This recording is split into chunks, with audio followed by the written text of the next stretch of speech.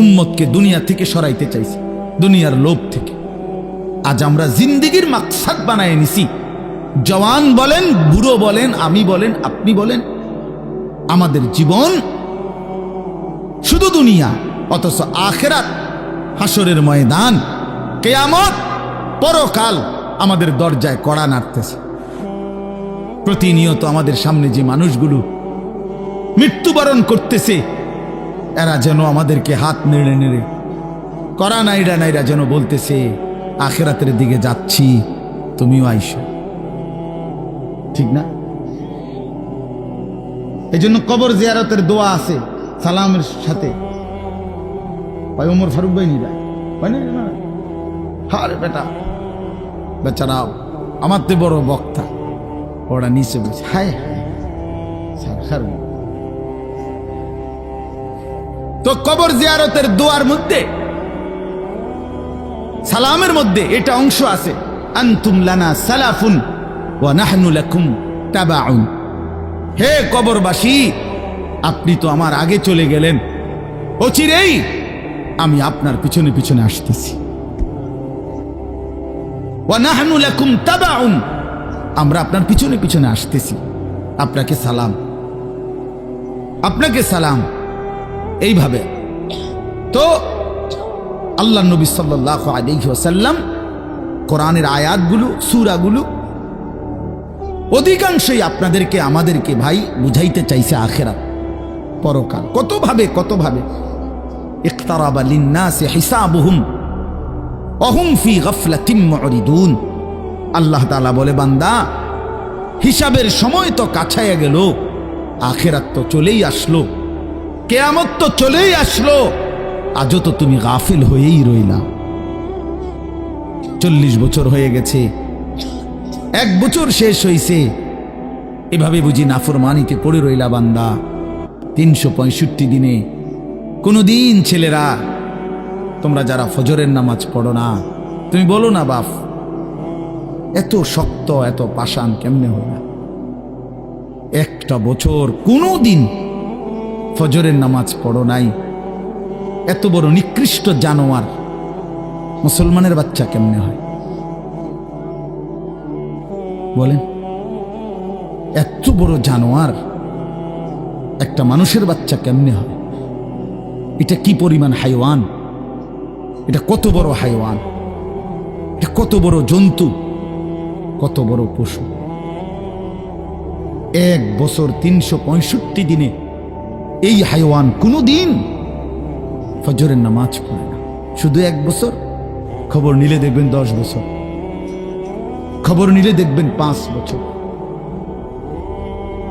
জানোয়ারের মতো, ইহুদির মতো, খ্রিস্টানের মতো চুল রাইখা তৃপ্তি বোধ করে, এর চাইতে অসভ্যতা, এর চাইতে নিকৃষ্ট রুচি, এত বিকৃত মানসিকতা কোন জন্তু জানোয়ারেরও হয় না বেটা, জন্তু জানোয়ারের হয়। তোমরা যে সমস্ত ছেলের চুল ইহুদির মতো, খ্রিস্টানের মতো, বেঈমানের মতো বেটা, তুমি একদম নিম্ন রুচির মানুষ, একেবারে ফসা মানুষ বেটা, তুই বেটা ফালতু লোক বেটা, তুই বেটা, তোর কোনো রুচি বলতে কিছু নাই বেটা, তোর কোনো রুচিবোধ নাই বেটা। কার মতো মুসলমানের বাচ্চা হইয়া, মুসলমানের ঘরে জন্ম নিয়া বেটা, আল্লাহর আজান শুনলি, ডান কানে বাম কানে তোরে আজান দিছে, এক পবিত্র মা তোরে 2টা বছর দুধ পান করাইছে বেটা, কোন শরমে বেটা তুই ওই বেঈমানদের মতো চুল কাটলি বেটা? ওদের কোনো জাতপাত আছে বেটা? ওদের কোনো ইজ্জত আছে না সম্মান আছে? আল্লাহ তাআলা কোরআনুল কারীমে বলছে, ইন্নামাল মুশরিকুনা নাজাস। কোরআনের আয়াত কিনা? আল্লাহ বলছে সমস্ত মুশরিক নাপাক, নাজাসুন নাজাস। সমস্ত ইহুদি নাপাক, সমস্ত খ্রিস্টান নাপাক, সমস্ত হিন্দু নাপাক, সমস্ত বৌদ্ধ নাপাক, সমস্ত নাস্তিক নাপাক, সমস্ত মুরতাদ নাপাক, সমস্ত বেঈমান নাপাক।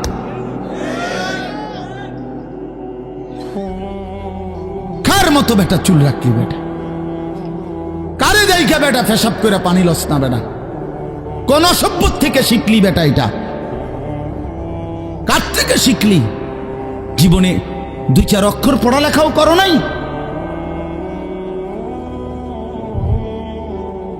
দুই চার শব্দ পড়ো নাই তোমরা ছেলেরা? মানুষ এত অভদ্র অপবিত্র হয় কেন? কোরআনুল কারীমের মধ্যে আছে, আল্লাহ তাআলা বলে, বান্দা কি আজীব কথা। কোরআন শরীফে আছে, বান্দা কোনোভাবেই যদি পানি নাই, ঠিক আছে, ফাইন লাম তাজিদু মাআন ফাতায়াম্মামু সাঈদান তাইয়্যিবা, তাহলে মাটি দিয়ে, পবিত্র মাটি দিয়ে তায়াম্মুম করো, তবুও নিজেকে পবিত্র বানাও। যদি বলি আল্লাহ পানি নাই, ঠিক আছে, তো মাটি দিয়ে হলেও পবিত্র হইতে হবে, এত তাড়াহুড়া কা? পানি আইও, পানি পাইয়া লই, এরকম শুরু করলেন। কোরআন শরীফের সরাসরি আয়াত, আল্লাহ তাআলা বলে, জানো, ওয়ালাকিন ইউরিদু লিইউতাহহিরাকুম, আল্লাহ বলেন আমি না আমার ইমানদার বান্দাকে সারাক্ষণ পবিত্রই দেখতে চাই। দোস্ত আমার, এটা কোরআন শরীফের আয়াত। ওয়ালাকিন ইউরিদু লিইউতাহহিরাকুম, আমি আমার বান্দাকে পবিত্র, মুমিন আমার সে, ও অন্য কেউ না, ও আমার ইমানদার বান্দা। তো ইয়া আইয়ুহাল্লাযীনা আমানু ইযা কুমতুম ইলাস সালাতি ফাগসিলু ওয়ুজুহাকুম, এই আয়াতের মধ্যে, এই আয়াতের অন্তর্ভুক্ত অংশ এটা। ওয়ালাকিন ইউরিদু লিইউতাহহিরাকুম, ইমানদার পানি নাই, ঠিক আছে, তায়াম্মুম করো মাটি দিয়ে। কেন এমন তাড়াহুড়া? আল্লাহ তাআলা বলে, আমি যে তোমাকে পবিত্র দেখতে চাই, আমি কে তোমাকে পবিত্র। ফীহি রিজালুন ইউহিব্বুনা আন ইয়াতাতাহহারু আল্লাহু ইউহিব্বুল মুত্তাহহিরিন। কোরআন শরীফের আয়াত আছে, আল্লাহ বলে, বন্ধু আপনার কিছু সাহাবীকে আমি দেখছি, আল্লাহ প্রশংসা করতেছে। মদিনার কুবা একটা এলাকা, যেখানে নবীজি মদিনার মক্কা থেকে হিজরত করে এসে প্রথম ঢুকছিলেন। এই হিজরত করে আইসা প্রথম যেখানে ঢুকছেন, এই জায়গাটার নাম হলো কুবা নগরী। কুবা, কি নাম? এই কুবা। এই এলাকার যারা সাহাবী ছিল, ওনাদের একটা অভ্যাস ছিল, ওনারা ওই সময় পানির তীব্র সংকট ছিল, পানি কম ছিল আর কি। তো তীব্র পানির সংকট থাকার পরেও ওনারা খাবারের পানি, রান্নার পানি, মানে ভাত তরকারি রান্নার যে পানি আর খাবারের পানি কম খাইতো, কম ব্যবহার করত। এখান থেকে পানি বাঁচাইয়া পেশাব পায়খানার পবিত্রতার জন্য যে পানি দরকার, ওইখানে তারা পর্যাপ্ত পরিমাণ পানি ব্যবহার করত, যেন পবিত্রতার মধ্যে কোনো কমতি না হয়। আল্লাহর কসম, এই কথাইটা, তাদের এই আখলাক, আচরণটা আল্লাহ এত পছন্দ করছে, কোরআন শরীফের আয়াত নাজিল করে ডাইরেক্ট তাদের প্রশংসায়। আল্লাহ বলছে, ফীহি রিজালুন, আপনার সাহাবীদের মধ্যে কিছু লোক এমন আছে আমি দেখতেছি, ইউহিব্বুনা আন ইয়াতাতাহহারু, যারা ভালোভাবে পবিত্রতা অর্জন করাটাকে খুব পছন্দ করে। আল্লাহু ইউহিব্বুল মুত্তাহহিরিন, নবী শুনায়ে দেন, এমন পবিত্রতা অর্জনকারীদেরকে আমি আল্লাহও ভীষণ ভালোবাসি।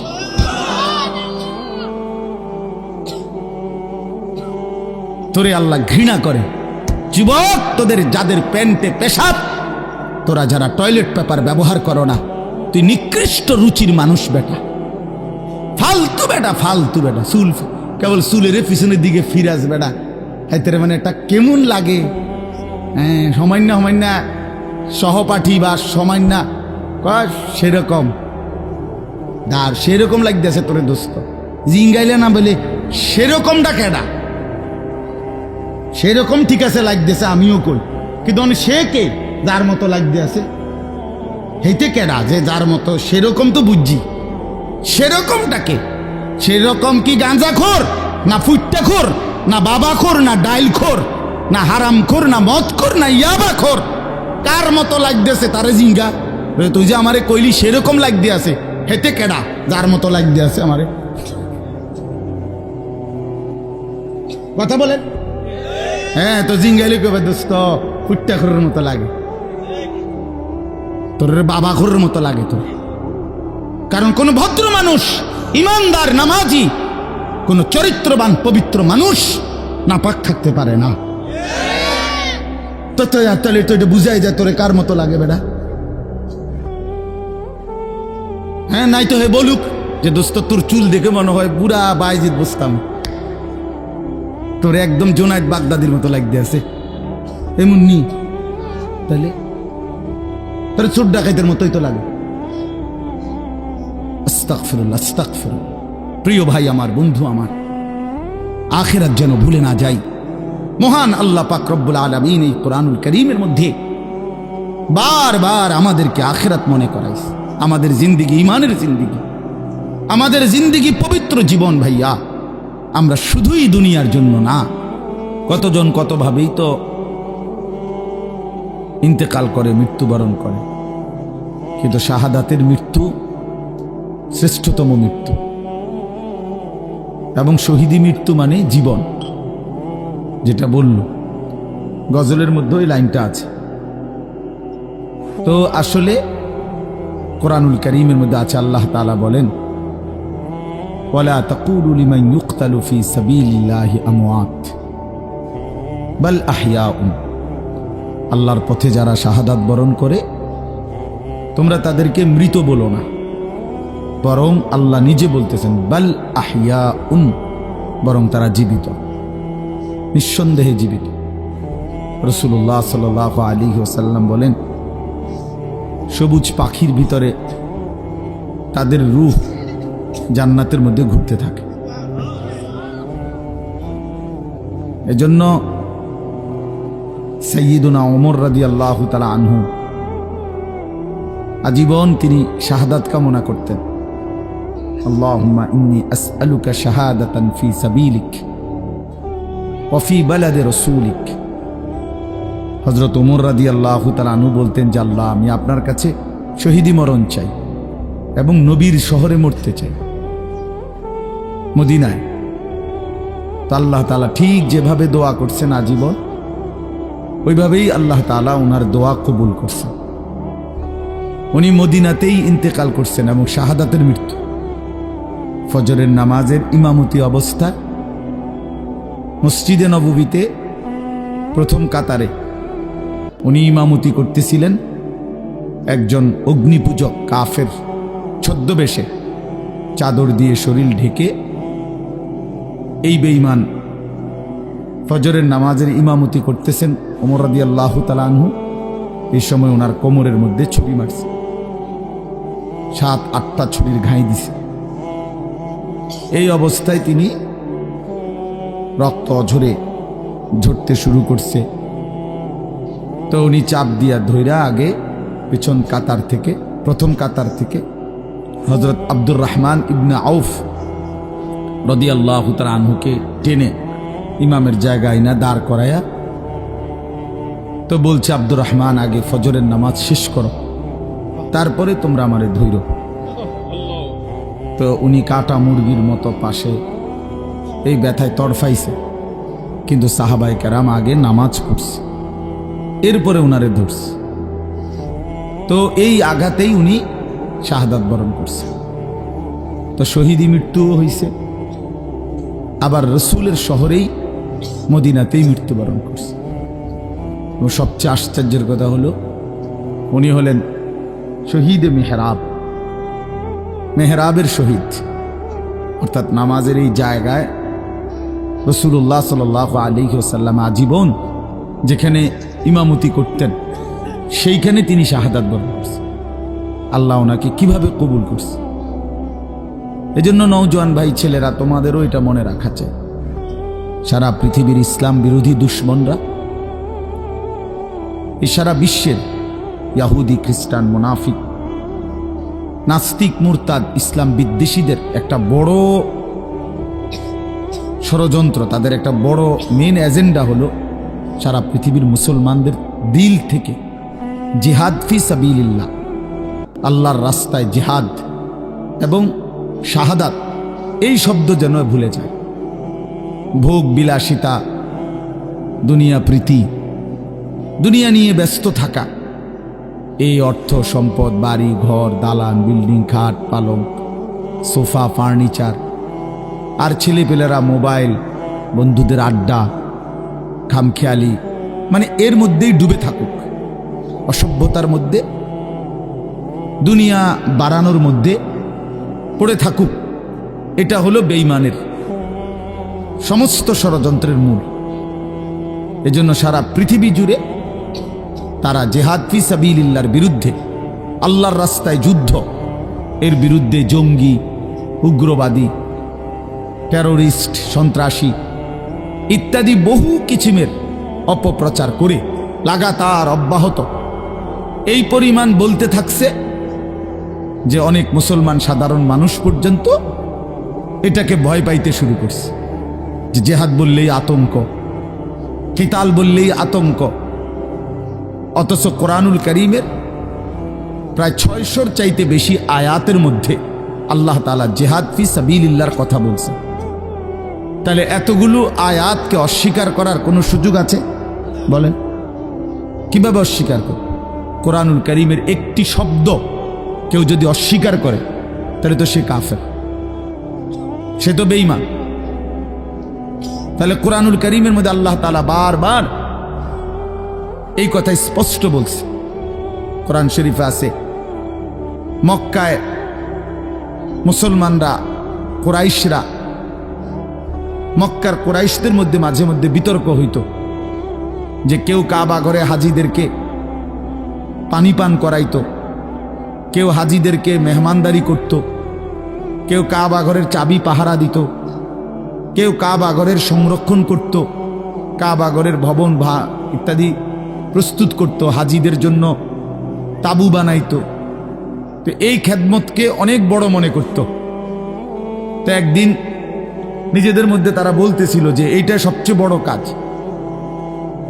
তো আল্লাহ তাআলা কোরআনুল কারীমের সূরা আয়াত নাজিল করে বললেন, না, আল্লাহর উপরে ঈমান এবং জান মালের জিহাদ এটা সর্বশ্রেষ্ঠ কাজ। আজআলতুম সিকায়াতাল হাজ্জ ওয়া ইমারাতাল মসজিদিল হারাম কামান আমানা বিল্লাহি ওয়াল ইয়াউমিল আখির ওয়া জাহাদা ফি সাবিলিল্লাহি বিআমওয়ালিহিম ওয়া আনফুসিহিম লা ইস্তাবুনা ইনদাল্লাহ। তোমরা মনে করেছো হাজিদেরকে পানি পান করানো এবং কাবা ঘর মসজিদে হারামের রক্ষণাবেক্ষণ করা এটা সর্বোত্তম?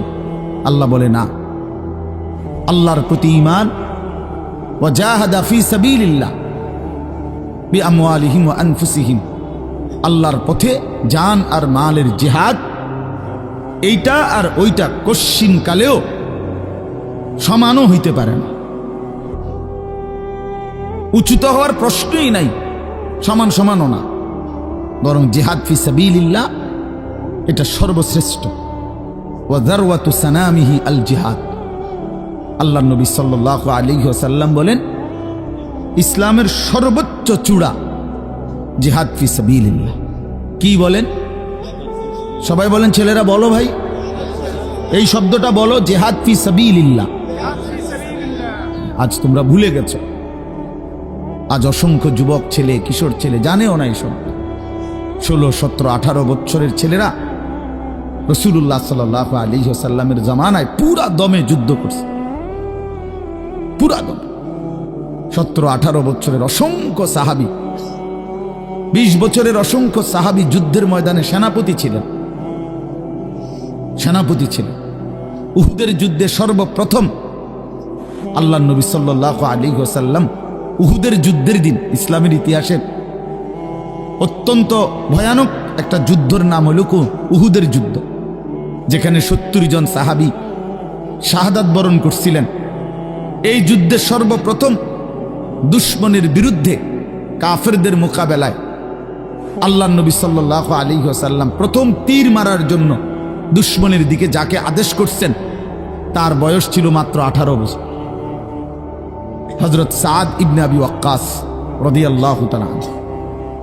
নবীজি উনাকেই প্রথম বলছেন দুশমনের দিকে তীর মারো, ইরমি সাদ, সাদ তুমি তীর ছোড়ো, ফিদাকা আবি ওয়া উম্মি। এই নবী জীবনে একবার শুধু বলছে এই 18 বছরের সাহাবী যুবকের জন্য যে আমি মুহাম্মদের মা বাপ তোমার জন্য কুরবান। আর কোনোদিন নবীজি এ কথা বলে নাই। সাহাবীরা নবীকে বলতো, হে আল্লাহর নবী, আমার মা বাপ আপনি রসুলের জন্য কোরবান হোক, এটা মহব্বতে বলতো। তো নবীজি জীবনে কাউকে বলে নাই এখন। এই একমাত্র এই উহুদের যুদ্ধের দিন 18 বছরের ওই ছেলে, এটা হইলো এই বই টিফো মোবাইল, এটা জিন্দিগি এই মোবাইল লইয়াই শেষ কর, এই ছাগলামি করতে করতেই জীবন শেষ। 24 ঘন্টার জীবনটা তোমরা ছেলেরা বুঝে নিছো মোবাইল। তোমাগর এই ইবলিস শয়তান এমন ভাবে বলে দিছে যে পৃথিবীর সবকিছু থেকে আলাদা হইবি, কিন্তু এটার থেকে আলাদা হবি না। আজকে এইভাবে তোমগরে শয়তান মাথার মধ্যে তোমকে বুঝাই দিস যে জীবনটা বাইধা রাখ মোবাইলের উপর। জীবনের আর কোনো পৃথিবীতে কি হয় না হয় কিচ্ছুর দরকার নেই, তুই শুধু মোবাইলের মধ্যে ডুববা থাক।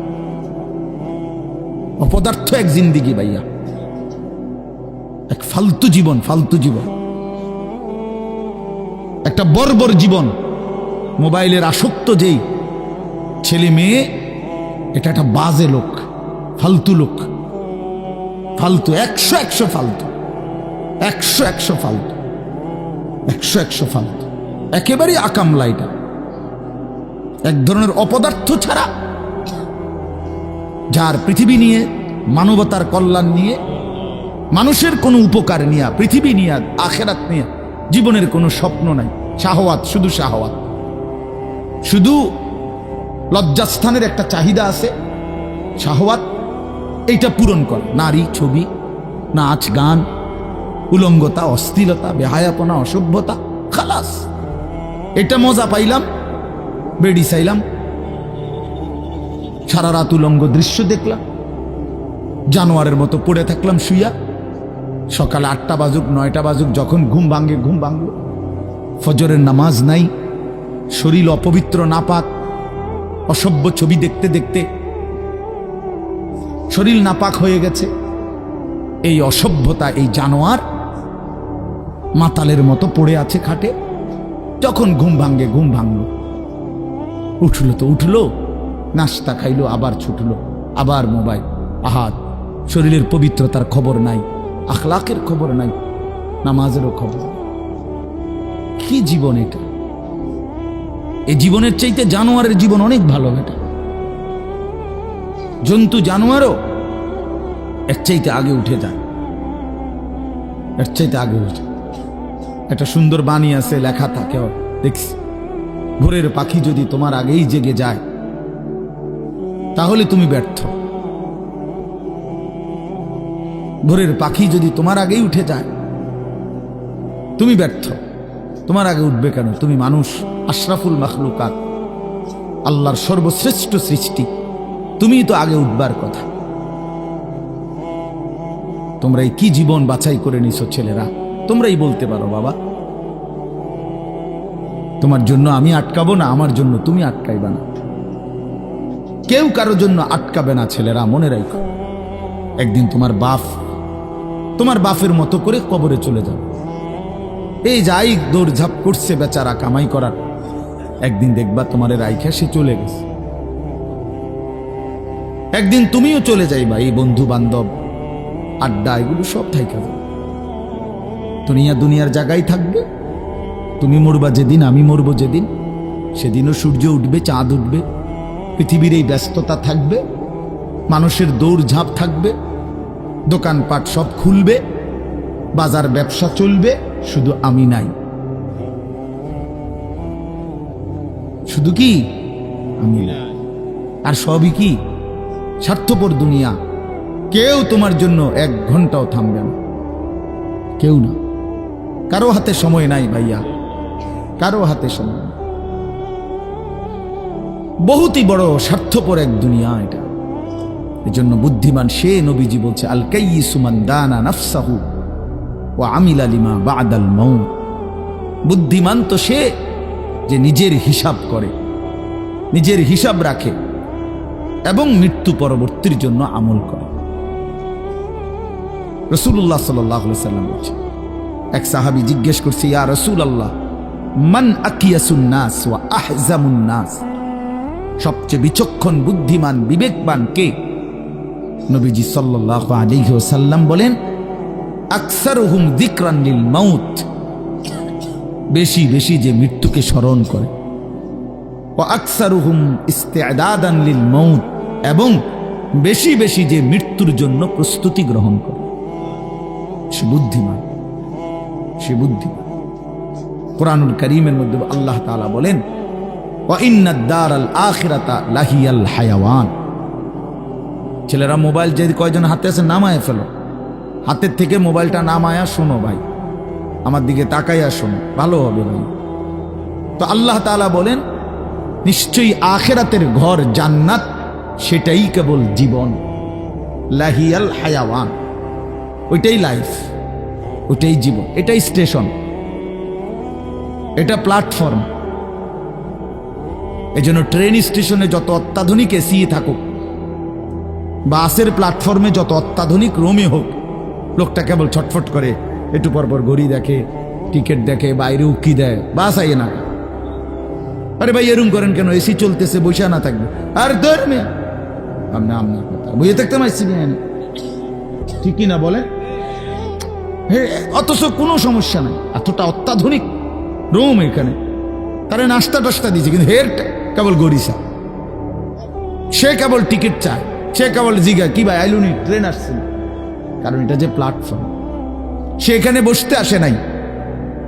রব্বুল আলামিন বলে, বান্দা বিশ্বাস করো, এটা প্ল্যাটফর্ম, মালি ওয়ালিদ দুনিয়া। রাসূলুল্লাহ সাল্লাল্লাহু আলাইহি ওয়াসাল্লাম, হাই উম্মত, দুনিয়ার সাথে আমার কিসের সম্পর্ক, কি সম্পর্ক? ইন্নামা মাসালি ওয়া মাসালুদ দুনিয়া কারাকিবিন ইস্তাওয়াল্লা তাহতা শাজারাতিন সুম্মা রাহা ওয়া তারাকাহা। হাদিস, নবীজি বলছে, আমার উদাহরণ দুনিয়ার সাথে কেমন শোনো, এমন এক পথিক লম্বা পথে বহু দূর কোথাও যাবে, রওনা দিছে, প্রচন্ড রৌদ্র, ভীষণ রৌদ্রে পথিক এতটাই ঘামে ভিজে গেছে যে এই জন্য সে একটা গাছের নিচে একটু বাতাসের জন্য একটু বসছে, শরীরটা যাতে একটু ঠান্ডা হয়, গরম লাগতেছে। তো কিছুক্ষণ পরে শরীরটা যখন একটু ঠান্ডা লাগছে, একটু বিশ্রাম করছে, তা আবার সেই পথিক তার মূল গন্তব্যের দিকে রওনা দিয়ে চলে গেছে। তারা কাহা, গাছটাকে গাছের জায়গাতেই রেখে গেছে। নবীজি বলেন, ঠিক এমন আমি তো আখিরাতের পথিক, আমি তো জান্নাতের যাত্রী, আমি তো আখিরাতের মুসাফির, আমি তো যাচ্ছি সেখানে। যাওয়ার পথে মাঝখানে 60 বছর, 63 বছর, 40 বছর, 50 বছরের একেবারে সামান্য একটু সময় ওই গাছের নিচে দুনিয়ায় একটু বিশ্রাম করলাম, একটু বসলাম, আবার একটি নির্দিষ্ট সময় পরে আমি আমার আপন গন্তব্য আখিরাতের দিকেই রওনা দিলাম। দুনিয়া দুনিয়ার জায়গায় রয়ে গেল, দুনিয়া দুনিয়ার জায়গাতেই রয়ে গেল, দুনিয়া পড়েই রইল। কি ভাই বুঝতেছেন এই কথাটা? রাসূলুল্লাহ সাল্লাল্লাহু আলাইহি ওয়াসাল্লাম বলেন, ইয়াকুলু ইবনু আদম মালি ওয়া মালি। কি আজীব হাদিস শুনেন। নবীজি বলেন, হায় বনি আদম সারাক্ষণ কেবল বলে আমার মাল, আমার মাল। দেখছেন গাড়িটা আমার, এই বাড়িটা আমার, এই 10 শতক জমি আমার, এই সোফাগুলো আমার, এই খাট আমার। আল্লাহ নবী সাল্লাল্লাহু আলাইহি সাল্লাম বলেন, হাল্লাকা ইবনা আদম মিন মালি, কোথায় তোমার মাল? এই বনি আদম, মাল তোমার বলতে কে বললো এগুলো তোমার? এগুলো যদি তোমারই হয় তো তুমি যেহেতু চিরস্থায়ীভাবে দুনিয়া থেকে কবরের দিকে চলে যাচ্ছ, এগুলো সাথে নিচ্ছ না কেন? তোমার জিনিস কার জন্য রেখে যাচ্ছ? এই বেটা, ওয়াহাল্লাকা ইবনা আদম মিন মালি, কিরে বনি আদম তোর মাল কই? তোর যদি হয় নিচ্ছ না কেন এগুলো? ও মানে মোবাইল আমার, তো আমি এটা নিয়ে যাবো না সাথে এখন, না কেন থুয়ে যাবো? কথা বলেন না কেন? তো তুমি তো দুনিয়া থেকে চলে যাচ্ছ, তো নিচ্ছ না কেন এগুলো? তোমার 10 শতক জায়গা নিবা না? সোফা এগুলো কই রাখা যাচ্ছ? এগুলো নিয়ে যাও, বিল্ডিং নিয়ে যাও। তাইলে দেখে বুঝেই নাও বান্দা, উম্মত তোমার হলো কোত্থেকে? তোমার কেবল 3টা মাল, 3টা জিনিস তোমার। নবীজি নিজে বলছে, ইল্লা মা আকালতা ফাআফনাইতা, যা সরাসরি তুমি খাইয়া শেষ করছো, খাইছিলা, এটা তোমার। আও লাবিস্তা ফাআবলাইতা, যেটা সরাসরি তুমি গায়ে দিছিলা, পরছিলা পোশাক, তোমার গায়ে পড়তে পড়তে এটি ফুরান হয়েছে, সিরিয়াল আইছ, এগুলো তোমার। আও তাসাদ্দাকতা ফাআমদাইতা, আর যা আল্লাহর রাস্তায় খরচ করেছ, দান, সাদাকা, যাকাত, ফিতরা, হ্যাঁ, হজ উমরার জন্য, গরিব দুঃখী, মসজিদ, মাদ্রাসা, এতিম, গরিব, অসহায় ইত্যাদি ইত্যাদি, যেগুলো তুমি কি করছিলা, সাদকা খরচ করছো আল্লাহর পথে, ফাআমদাইতা, সেটা তুমি আখিরাতে পাঠাইছো, সেটা পৌঁছে। এই তিনটা তুমি। ওয়ামা সিওয়া যালিকা, আর এই ছাড়া বাকি সব ফাযাহিবুন, তোমার থেকে সরে যাবে, চলে যাবে। ও তারিকুহু লিন্নাস, মানুষের জন্যই রেখে যাবে। কি অসাধারণ হাদিস, কি চমৎকার ভাবে নবীজি ব্যাখ্যা করে বুঝাইছেন। ইয়াতবাউল মাইয়িতা সালাসাতুন ফায়ারজিউ ইসনান ওয়া ইয়াবকা ওয়াহিদ। নবীজি বলেন মানুষের কবরস্থানে তিন জিনিস তার সাথে যায়, দুইটা ফিরে আসে, একটা থেকে যায়। একটা থেকে যায়, যাওয়ার সময় যায় তিনটা। এক নম্বর মালুহু ওয়া আহলুহু ওয়া আমালুহু, তার কিছু মাল, ওই যে লাশের খাটিয়া, আগরবাতি, এই জাতীয় সামান্য কিছু মাল তার, এগুলো তার সাথে যায়। তার পরিবারের, এলাকার কিছু সদস্য সাথে যায়, আর তার সারা জিন্দিগির আমল সাথে যায়। তো ফায়ারজিউ আহলুহু ওয়া মালুহু, অতঃপর তার মাল আর তার বংশধর ফিরে চলে আসে। ওয়া ইয়াবকা আমালুহু, কবরে শুধুই তার আমলটুকু থেকে যায়। কি সুন্দর হাদিস, চিন্তা করে দেখেন। রাসূলুল্লাহ সাল্লাল্লাহু আলাইহি সাল্লাম বলেন, নবীজি বলেন, লাউ আন্না লি ইবনি আদামা ওয়াদিয়াম মিন যাহাবিন। উম্মত শুনো, বনি আদম কত লুভী, শোনো মানুষ কত লুভী হয়, দুনিয়া লুভী কি পরিমাণ লুভী হয়, যার কলজার ভিতরে একবার আখিরাত ভুলে গেছে। বিশ্বাস করেন ভাইয়া, ছেলেরা তোমরাও বোঝো ভাইয়া, দুনিয়া যার কলজার ঢুকছে, নারীর লোভ, সম্পদের লোভ, অর্থের লোভ, নেতাগিরির লোভ, তো আল্লাহ রাসূল সাল্লাল্লাহু আলাইহি সাল্লাম বলেন, এই দুনিয়া লুভিকে, বনি আদমকে যদি একটা পাহাড় পরিমাণ স্বর্ণ দেওয়া হয়, লা আহাব্বা আন ইয়াকুনা লাহু ওয়াদিয়ান, সে মনে মনে চাইবে যদি তাকে দুইটা পাহাড় স্বর্ণ দেওয়া হইতো। একটা পাহাড় মানে কি 200 কেজি মাটি, হ্যাঁ, কথা বুঝছেন?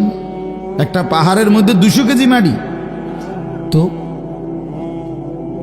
টনে টনে মাটি, টনে টনে, মিলিয়নে মিলিয়নে মাটি।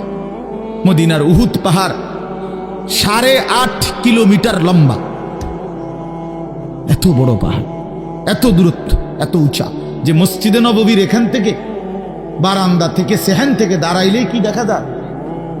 উহুদ পাহাড় দেখা যায়, প্রায় 4 কিলো 4.5 কিলো দূরে, কিন্তু এখান থেকে স্পষ্ট পাহাড় দেখা যায়, এতটা উঁচা।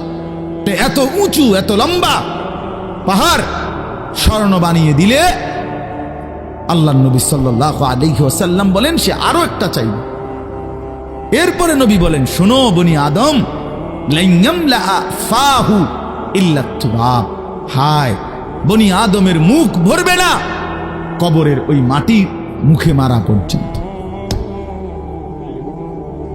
লাইয়ামলা ফাহু ইল্লা তুরাব, তার মুখ ভরবে না কবরের মাটি ঢুকা পর্যন্ত। আরে শুনেন আশ্চর্য কথা, ছেলেরা বোঝো, শোনো মিয়া, বাবারাও শোনেন।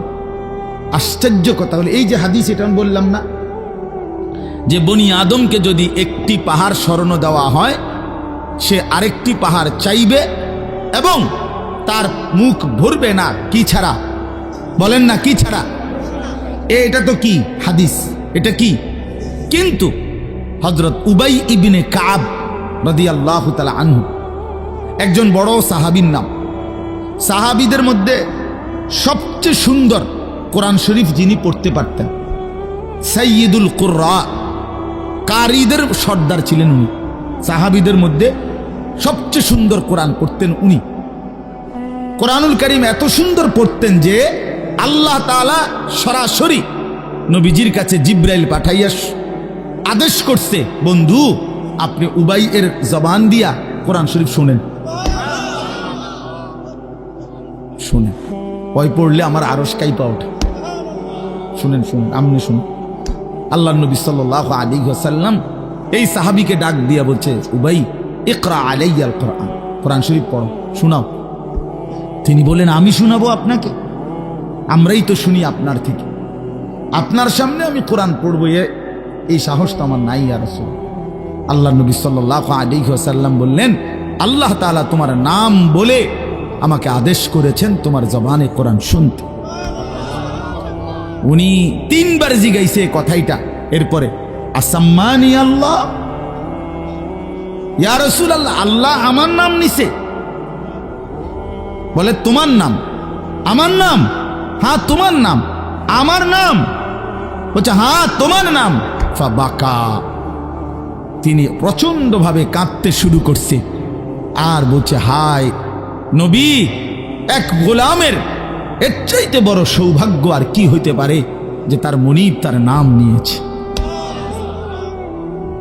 তার মালিক তার নাম নিছে। এর চাইতে বড় ভাগ্য আমার জীবনে আর কি হতে পারে যে আমার আল্লাহ আমার নাম নিছে। যাই হোক, আমার বলার উদ্দেশ্য হলো, এই সাহাবী উবাই ইবনে কাব বলেন, এই যে হাদিস এটা নবীজি আমাদেরকে এত বেশি বার বলছে, বারবার বলতেন। আমরা প্রথমত কুন্না নারা, এর সরাসরি তাফসিরে আছে, কুন্না নারা হাদা মিনাল কোরআন, আমরা এটাকেই মনে করতাম যে এটা কোরআনের আয়াত। এত বেশিবার নবী এটা আমাদের সামনে পড়ছে। অর্থাৎ সাহাবীদেরকে দুনিয়ার লোভ থেকে ফিরাইবার জন্য, আখিরাত মুখী করার জন্য, পরকাল মুখী বুঝাবার জন্য এত বেশিবার বলছে এটা। উনি বলেন, আমরা প্রথমত এটা ভাবতাম এটা কোরআন শরীফের আয়াত। হাত্তা নাজালাত আলহাকুমুত তাকাসুর হাত্তা যুরতুমুল মাকাবির, এরপরে যখন আলহাকুমুত তাকাসুর এই সূরাটা নাজিল হইছে, এই আমি এখন যেই সূরাটা পড়ছি তার পরের সূরা, এটা যখন নাজিল হইল তখন আমরা বুঝলাম যে না, এইটা হইল কোরআন, আর এতদিন যেটা মনে করছি এটা রাসূলের হাদিস। আল্লাহর নবী সাল্লাল্লাহু আলাইহি ওয়াসাল্লাম এভাবে উম্মতকে দুনিয়া থেকে সরাইতে চাইছে, দুনিয়ার লোভ থেকে। আজ আমরা জিন্দেগির মাকসাদ বানায় নিছি। জওয়ান বলেন, বুড়ো বলেন, আমি বলেন, আপনি বলেন, আমাদের জীবন শুধু দুনিয়া, অথচ আখিরাত, হাসরের ময়দান, কিয়ামত, পরকাল আমাদের দরজায় কড়া নাড়তেছে। প্রতিনিয়ত আমাদের সামনে যে মানুষগুলো মৃত্যুবরণ করতেছে, এরা যেন আমাদেরকে হাত নেড়ে নেড়ে, কড়া নাইরা নাইরা যেন বলতেছে, আখিরাতের দিকে যাচ্ছি, তুমিও আইসো। ঠিক না? এই জন্য কবর জিয়ারতের দোয়া আছে সালামের সাথে। ভাই ওমর ফারুক ভাই নিয়ে যায়, হারে বেটা, বেচারা আমার তে বড় বক্তা, ওরা নিচে বসে হায় হায়। তো কবর জিয়ারতের দোয়ার মধ্যে, সালামের মধ্যে এটা অংশ আছে, আনতুম লানা সালাফুন ওয়া নাহনু লাকুম তাবাউন। হে কবরবাসী, আপনি তো আমার আগে চলে গেলেন, অচিরেই আমি আপনার পিছনে পিছনে আসতেছি। ওয়া নাহনু লাকুম তাবাউন, আমরা আপনার পিছনে পিছনে আসতেছি। আপনাকে সালাম, আপনাকে সালাম। এইভাবে তো আল্লাহ নবী সাল্লাল্লাহু আলাইহি ওয়াসাল্লাম কোরআনের আয়াতগুলো, সূরাগুলো অধিকাংশই আপনাদেরকে আমাদেরকে ভাই বুঝাইতে চাইছে আখিরাত, পরকাল। কত ভাবে ইকতারাবা লিন-নাসি হিসাবুহুম ওয়া হুম ফি গাফলাতিন মুরিদুন। আল্লাহ তাআলা বলে, বান্দা, হিসাবের সময় তো কাছায়া গেল, আখিরাত তো চলেই আসলো, কিয়ামত তো চলেই আসলো, আজও তো তুমি গাফিল হয়েই রইলা। 40 বছর হয়ে গেছে, 1 বছর শেষ হইছে, এভাবে বুঝি নাফরমানিতে পড়ে রইলা বান্দা 365 দিনে। কোনদিন ছেলেরা তোমরা যারা ফজরের নামাজ পড়ো না, তুমি বলো না বাপ এত শক্ত এত পাষাণ কেমনে হইলা? 1টা বছর কোনদিন ফজরের নামাজ পড়ো নাই, এত বড় নিকৃষ্ট জানোয়ার মুসলমানের বাচ্চা কেমনে হয় বলেন? এত বড় জানোয়ার একটা মানুষের বাচ্চা কেমনে হয়? এটা কি পরিমাণ হাইওয়ান, এটা কত বড় হাইওয়ান, এটা কত বড় জন্তু, কত বড় পশু। 1 বছর 365 দিনে এই হাইওয়ান কোনদিন ফজরের নামাজ পড়ে না। শুধু 1 বছর, খবর নিলে দেখবেন 10 বছর, খবর নিলে দেখবেন 5 বছর। জানোয়ারের মতো, ইহুদির মতো, খ্রিস্টানের মতো চুল রাইখা তৃপ্তি বোধ করে। এর চাইতে অসভ্যতা, এর চাইতে নিকৃষ্ট রুচি, এত বিকৃত মানসিকতা কোন জন্তু জানোয়ারেরও হয় না বেটা, জন্তু জানোয়ারের। তোমরা যে সমস্ত ছেলের চুল ইহুদির মতো, খ্রিস্টানের মতো, বেঈমানের মতো বেটা, তুমি একদম নিম্ন রুচির মানুষ, একেবারে ফসা মানুষ বেটা, তুই বেটা ফালতু লোক বেটা, তুই বেটা তোর কোনো রুচি বলতে কিছু নাই বেটা, তোর কোনো রুচিবোধ নাই বেটা। কার মতো মুসলমানের বাচ্চা হইয়া মুসলমানের ঘরে জন্ম নিয়া বেটা আল্লাহর আজান শুনলি, ডান কানে বাম কানে তোরে আজান দিছে, এক পবিত্র মা তোরে 2টা বছর দুধ পান করাইছে বেটা, কোন শরমে বেটা তুই ওই বেঈমানদের মতো চুল কাটলি বেটা? ওদের কোনো জাতপাত আছে বেটা? ওদের কোনো ইজ্জত আছে না সম্মান আছে? আল্লাহ তাআলা কোরআনুল কারীমে বলছে ইন্নামাল মুশরিকুনা নাজাস, কোরআনের আয়াত কিনা? আল্লাহ বলছে সমস্ত মুশরিক নাপাক, নাজাসুন নাজাস, সমস্ত ইহুদি নাপাক, সমস্ত খ্রিস্টান নাপাক, সমস্ত হিন্দু নাপাক, সমস্ত বৌদ্ধ নাপাক, সমস্ত নাস্তিক নাপাক, সমস্ত মুরতাদ নাপাক, সমস্ত বেঈমান নাপাক।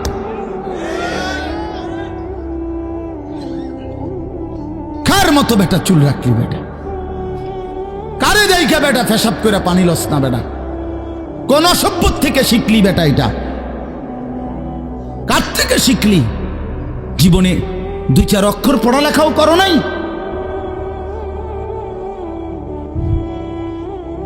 2-4 শব্দ পড়ো নাই তোমরা ছেলেরা। মানুষ এত অভদ্র অপবিত্র হয় কেন?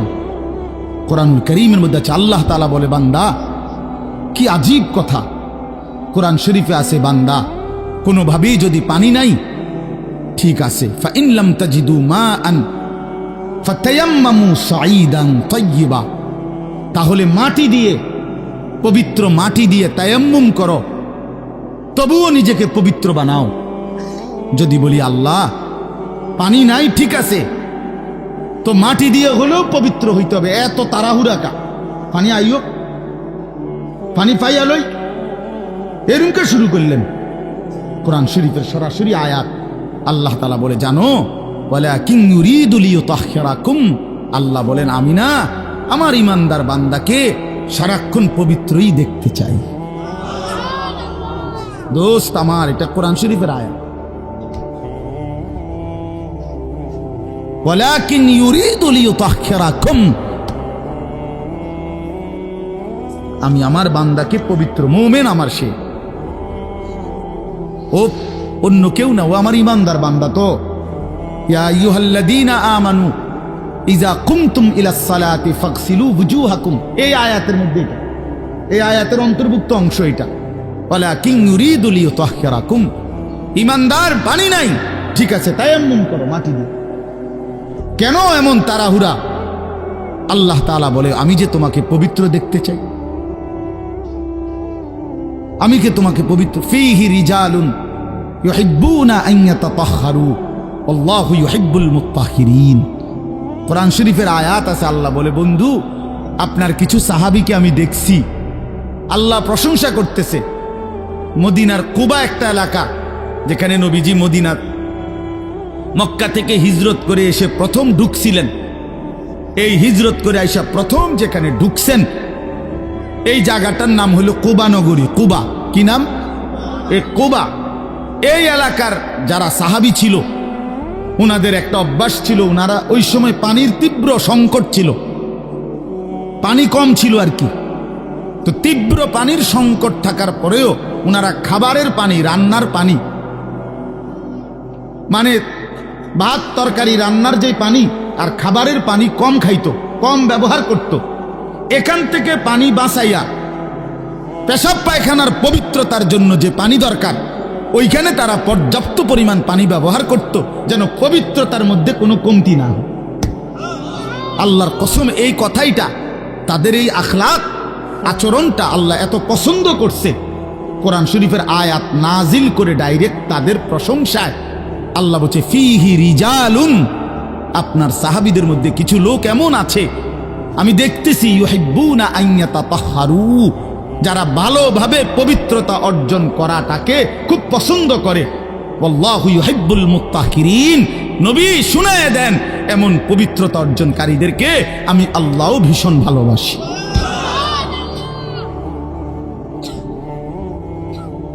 তোরে আল্লাহ ঘৃণা করে।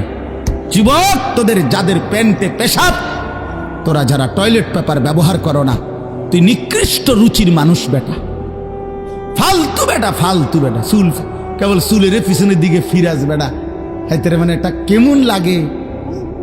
সমান্য সমান্য সহপাঠী বা সমান্য সেরকম আর সেরকম লাগতেছে তোরে দোস্ত, জিঙ্গাইলে না বলে সেরকমটা কেডা? সেরকম ঠিক আছে লাগতেছে, আমিও কই, কিন্তু সে কে যার মতো লাগতে আছে? হেইতে কেডা যে যার মতো? সেরকম তো বুঝছি, সেরকমটাকে। সেরকম কি গাঁজাখোর, না ফুট্টাখোর, না বাবাখোর, না ডাইলখোর, না হারামখোর, না মদখোর, না ইয়াবাখোর? কার মতো লাগতেছে তারে জিঙ্গা? তুই যে আমারে কইলি সেরকম লাগতে আছে, হেতে কেডা যার মতো লাগতে আছে আমারে? কথা বলেন। হ্যাঁ, তো জিঙ্গাইলে কবে দোস্ত ফুট্টাখোরের মতো লাগে, তোর বাবাখোরের মতো লাগে তোর। কারণ কোন ভদ্র মানুষ, ইমানদার, নামাজি, কোন চরিত্রবান পবিত্র মানুষ নাপাক থাকতে পারে না। তো তাহলে তো এটা বুঝাই যায় তোরে কার মতো লাগে বেটা। হ্যাঁ, নাই তো হে বলুক যে দোস্ত তোর চুল দেখে মনে হয় বুড়া বাইজিদ বসতাম, তোর একদম জোনায়েদ বাগদাদির মতো লাগতে আছে, এমন নি? তাহলে তোর চোর ডাকাইতের মতোই তো লাগে। আস্তাগফিরুল্লাহ, আস্তাগফিরুল্লাহ। প্রিয় ভাই আমার, বন্ধু আমার, আখিরাত যেন ভুলে না যাই। মহান আল্লাহ পাক রব্বুল আলামিন এই কোরআনুল কারীমের মধ্যে বারবার আমাদেরকে আখিরাত মনে করাইছে। আমাদের জিন্দেগি ঈমানের জিন্দেগি, আমাদের জিন্দেগি পবিত্র জীবন ভাইয়া। আমরা শুধুই দুনিয়ার জন্য না, শুধু দুনিয়ার জন্য, দুনিয়ার জন্য আল্লাহ তাআলা কোরআন শরীফ আছে, ওয়াদারনি ওয়াল মুকাদ্দিবিনা উলিন নি'মাতি ওয়া মাহিলহুম কালিলা। আল্লাহ বলছে, হে আমার বান্দারা, নাফরমান পাপীদেরকে অল্প সময়ের জন্য দুনিয়া ভোগ করতে দাও, ওদেরকে দুনিয়া খাওয়াইয়া পড়াইয়া এরপরে আমি নিয়ে আসবো, আমি এজন্যই বানাইছি। কিন্তু তোমরা মুমিন, তোমরা ইমানদার, তোমাদেরকে আমি আল্লাহ তাআলা জান্নাতের জন্য বানাইছি, জান্নাতের জন্য। উইদ্দাত লিল মুত্তাকিন, মুমিনদের জন্যই জান্নাত, মুত্তাকিদের জন্যই জান্নাত। একটা বেঈমানও জাহান্নাম থেকে মুক্তি পাবে না। কোনো কাফের, কোনো বেঈমান, কোনো হিন্দু, কোনো বৌদ্ধ, কোনো ইহুদি, কোনো খ্রিস্টান, কোনো নাস্তিক, মুরতাদ পরকালে, পরকালে এক ঢোক, এক জাররা, এক লোকবা, এক ঢোক পানি মিলবে না, সুখ মিলবে না। ঈমানবিহীন সমস্ত ভালো কাজ আখিরাতের বিচারে পরিত্যক্ত, মরদুদ, বাতিল। ঈমান শর্ত। মৃত্যু পরবর্তী যেই কোনো বিনিময়ের জন্য উত্তম বিনিময় পেতে হলে কি লাগবে?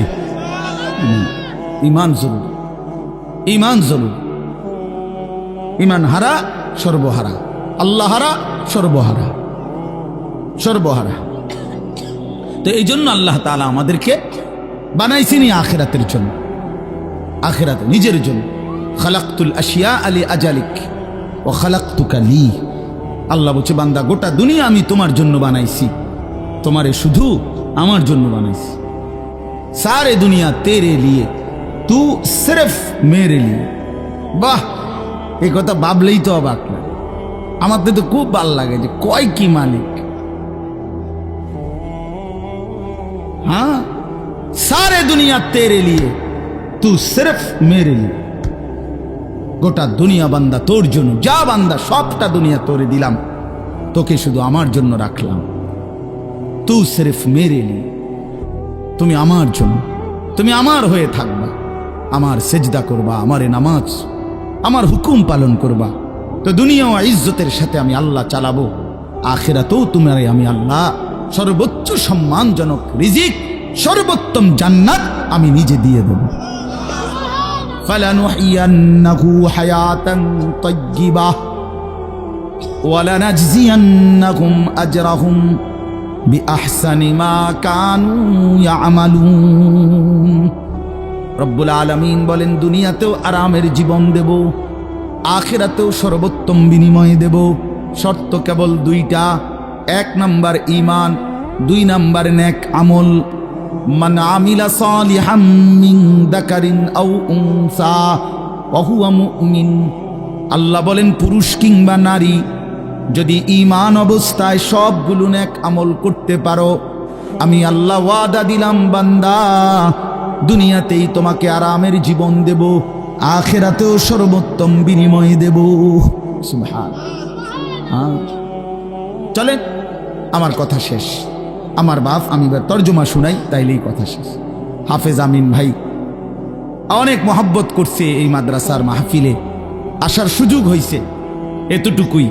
আরো উলামায়ে কেরাম, আমাদের আল্লামা মুফতি আমজাদ হুসাইন সাহেব হযরত অনেক অসুস্থ, উনি আজকে অনেক দিন ধরে ডেঙ্গুতে আক্রান্ত। আজকেও আসরের পরে কথা বলছি, খুব আস্তে আস্তে কথা বলে, খুব ক্লান্ত, দুর্বল। তারপরও আমারে বলছে যে আমিন ভাইয়ের মাহফিল আমি একটু লেগে হইল আসমু। আমাদের আজকে যে একজন মাওলানা শেষ বয়ান করবে, আপনার অসাধারণ। আপনাদের ছেলেদেরকে তোমাদেরকে বলি, বাপ আমার অনুরোধ রইল, আমার এই কথাটা রাইখো, তোমরা ওর বয়ান শুনো। আমি নিজেও ওর বয়ান শুনি, আমি নিজেও এর বক্ত। অসাধারণ বয়ান করে সে, হযরত মাওলানা মুফতি ইউসুফ বিন ইকবাল। তার বয়ান চমৎকার, একেবারে আল্লামা মুফতি আরিফ বিন হাবিব যেমন সব কথা হাদিস থেকে বলে, এই নওজোয়ান মাওলানাও ঠিক এরকম অনর্গল রাসূলুল্লাহ সাল্লাল্লাহু আলাইহি সাল্লামের হাদিস বলতে থাকে। হ্যাঁ, এজন্য সবাই ইনশাআল্লাহ এই মাওলানার বয়ান শুনবার চেষ্টা করবেন। তো তরজমাটা শুনেন। আল্লাহ তাআলা মূল বক্তব্য এটাই যে আল্লাহ আমাদেরকে আখিরাত মনে করাইতে চাইছে। কি? কোরআনুল কারীমের 30 নম্বর পারা 101 নম্বর সূরা আল কারিআহ, এই সূরার আল্লাহ বলেন, আল কারিআতু মাল কারিআ। আল কারিআ অর্থ হলো যেটা দরজায় আঘাত করে, খটখট খটখট আওয়াজ করে, এই খটখটকারী। আল্লাহ বলেন মাল কারিআ, বলো তো খটখটকারী বলতে কি? ওমা আদরাকা মাল কারিআ। আবারও বলছি, নবী আপনাকে জানতে চাচ্ছে, জানেন এই আঘাতকারী খটখটকারী কি? আল্লাহ বলেন সেটা হলো আখিরাত, কিয়ামত, যেটা আপনার কাছে প্রতিদিন আমাদের কাছে খটখট করে আমাদের দরজায় যেন ঘন্টা বাজাইয়া বলে যাচ্ছে যে কিয়ামত তো চলেই আসলো। আখিরাতের প্রস্তুতি কি হলো বলো? ওই মানুষ তো মরে গেল দেখলা, তুমিও তো মরে যাবা, তোমার প্রস্তুতি কি বলো? এক লোকের জানাজা যাচ্ছিল, লাশ, তো এক বুজুর্গ আল্লাহওয়ালা ওই সামনে দাঁড়ানো, তো ওনার পাশের এক লোক বলতেছে, কার জানি কবর, কার জানি মৌত হইল, আরে কার জানি কার জানি। তখন তিনি বললেন, হয় তোমার মরণ হইল, নয়তো আমার মরণ হইল। মানে এইটা ভাবো যে হয় তোমার মরণ হইছে, নইলে কার মরণ হইছে? আমার মরণ হইছে। আর ভাবো সে তো মৃত্যুবরণ করছে, তিনটা অবস্থা তার শেষ, একটা হলো আজরাইলকে দেখা, এটা তার শেষ। এরপরে জান কবজের যন্ত্রণা, এটা তার শেষ। আর জান কবজের পরে তার মৃত্যুটা বিভৎস। অনেকের মৃত্যু হইতে পারত, তার শরীর ছিঁড়া ফেলছে, তার শরীর নিশ্চিহ্ন হয়ে গেছে, এরকম আপনার মৃত্যু হইতে পারত। কিন্তু তার তো স্বাভাবিক মৃত্যু হইল যে তার লাশটা অক্ষত আছে, দেখা যায়। তুমি এবার ভাবো যে তোমার সামনে তিনটা রয়ে গেছে, যে আজরাইল তোমার সামনে কেমন দাঁড়াবে, তুমি চিন্তা করো। তোমার জান কবজের কষ্ট কেমন হবে, তুমি ভাবো। তোমার মৃত্যু কি স্বাভাবিক হবে নাকি অ্যাক্সিডেন্ট আর অস্বাভাবিক কোনো মৃত্যু হবে, সেটা নিয়ে ভাবো। তাইলে প্রতিটা মৃত্যু আমাদেরকে ঘন্টা বাজায়, প্রতিটা রাত আমাদেরকে ঘন্টা বাজায়, প্রতিটা দিন আমাদেরকে ঘন্টা বাজায় যে বান্দা সময় তো চলে গেল, আখিরাতের কি হলো, কবরের কি হলো, পরকালের কি হলো। ইয়াউমা ইয়াকুনুন নাসু কাল ফারাশিল মাবসুত ওয়া তাকুনুল জিবালু কাল ইহনিল মানফুশ। আল্লাহ বলে একদিন সত্যি সত্যি কিয়ামত হবে, ইসরাফিল ফু দিবে। সেদিন কি হবে? সেদিন সমস্ত মানুষগুলো হয়ে যাবে বিক্ষিপ্ত পতঙ্গের মতো। বিক্ষিপ্ত পতঙ্গ মানে আপনারা একদম সহজ বুঝবেন, ওই যে বাতির মধ্যে, লাইটের মধ্যে, আলোর মধ্যে অনেক সময় যে সাদা সাদা পোক এগুলো আসে, এগুলো দেখছেন? এগুলোর কি কয়? উলু উলু। এই যে আর একটু বড় বড় সাদা সাদা, হ্যাঁ, এই উলু উলু, এই উলু পোকা।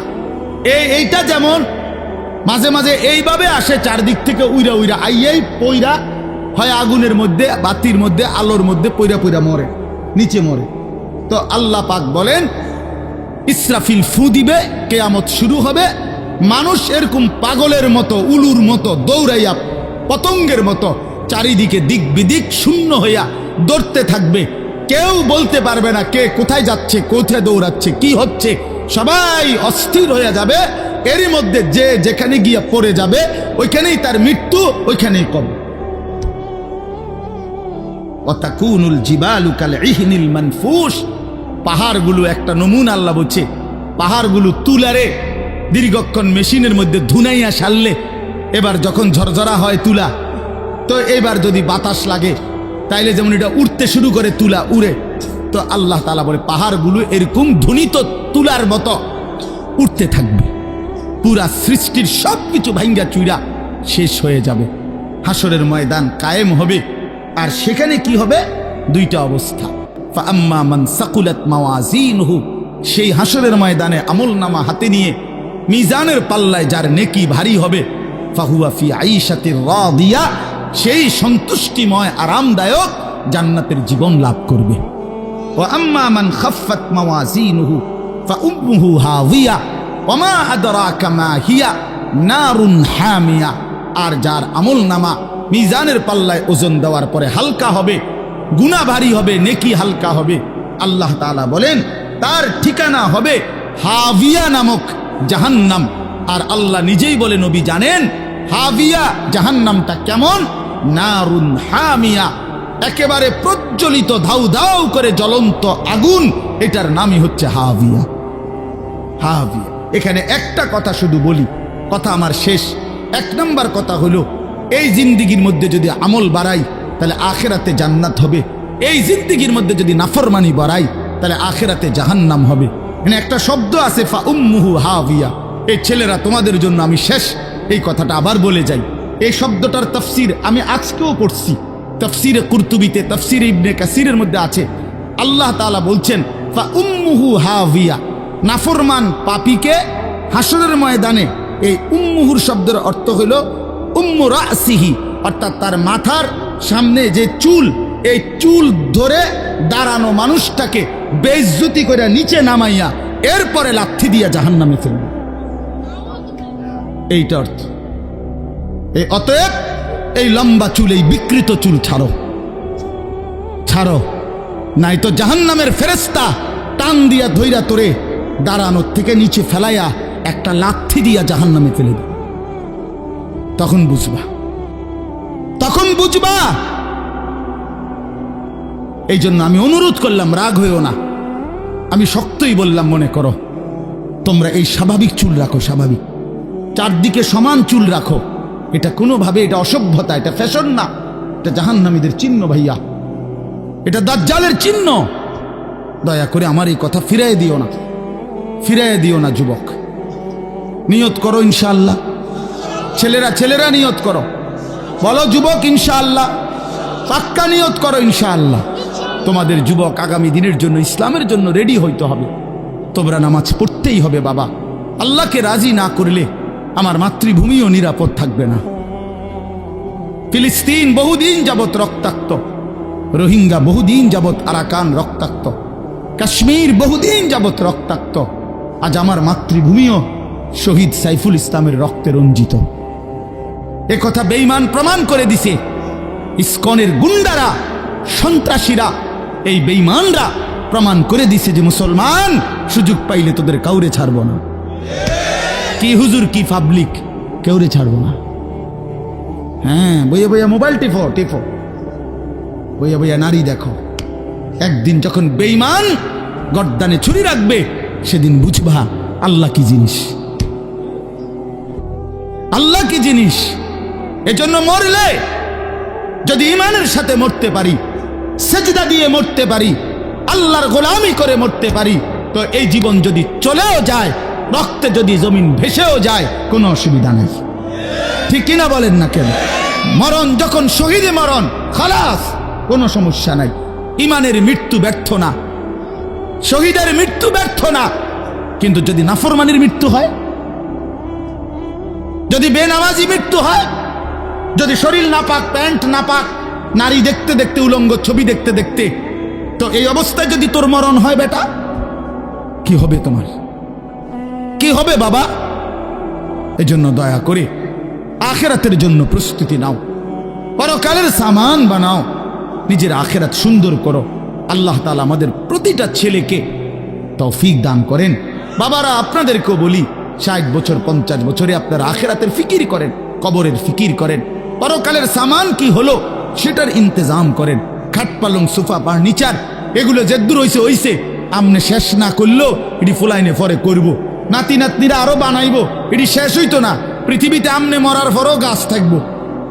আমনে মইরা যান, কোনো অসুবিধা নাই, আমনে মইরা দেখবেন গাছ মরছে না সব। পৃথিবীতে আমনে মরার পরেও দুনিয়া থাকবে, কাজে দুনিয়া ওরা বাকিরা করবে, আপনি এবার কবরের সামান করেন। আল্লাহ আমাদের বাবাদেরকে, চাচাদেরকে, বয়স্কদেরকেও আখিরাতের কবরের পুঁজি সংগ্রহ করার তৌফিক দান করেন। মা বোনদেরকে পর্দার ইজ্জতের কদর বুঝার তৌফিক দান করেন। তোমরা ছেলেদেরকে আল্লাহ তাআলা আগামী দিনের ইসলামের জন্য কবুল করে নেন, বলেন আমিন। এই রহিমপুর দারুল আমিন আল ইসলামিয়া মাদ্রাসা আল্লাহ কবুল করে নেন। এশার নামাজ পড়ে আবার যথারীতি বয়ানে বসেন, ওলামায়ে কেরামের নসিহত শুনে একসাথে শেষ করে দোয়া করে যাবেন। আল্লাহ তৌফিক দান করেন।